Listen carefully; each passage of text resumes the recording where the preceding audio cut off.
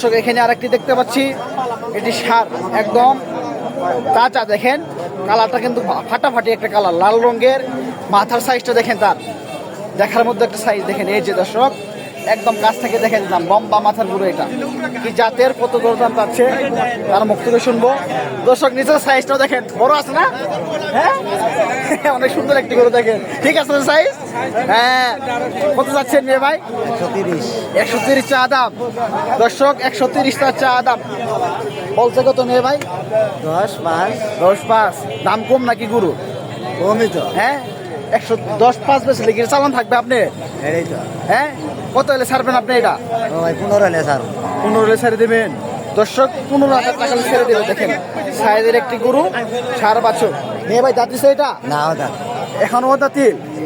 দর্শক দেখেন অবাক করার মতো বিষয় একটা, এখানে বলো দাঁতিল। এত বড় একটা গরু, এটা তো কোরবানের মধ্যে আরো হাতের মতো হবে। হ্যাঁ এটা যাই নিবে পালবে। হ্যাঁ পালার জন্য নিতে হবে, পালার জন্য 115 হলে ছেড়ে দেবেন আপনি এটা।